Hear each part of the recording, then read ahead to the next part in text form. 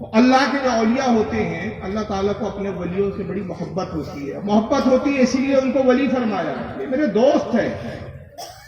اور جب دوست بنا لیا تو دوست کیا ہوتا ہے, دوست کی اہمیت کیا ہوتی ہے؟ بھائی جب کسی سے کام نکالنا ہو تو ہم دیکھتے ہیں کہ بھائی فلاں صاحب سے کام نکالنا ہے تو ان کا قریبی دوست کون ہے جس کے ذریعے ہم اپنا کام نکالیں.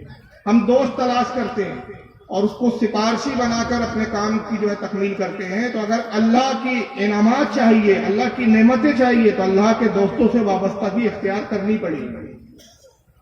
اللہ کے دوستوں سے ہمیں قریب ہونا پڑے گا. اور اگر آپ اللہ کے دوستوں سے قریب نہیں ہوئے, اب اسی کو اگر بدعت, شرک اور کفر بتانا شروع کر دیا جائے, یعنی جو عین اسلام ہے, جو اللہ کی رضا کا سبب ہے, وہی اگر شرک ہو جائے تو پھر تو اللہ ہی مالک ہے, یہ کون سا اسلام پیش کرے.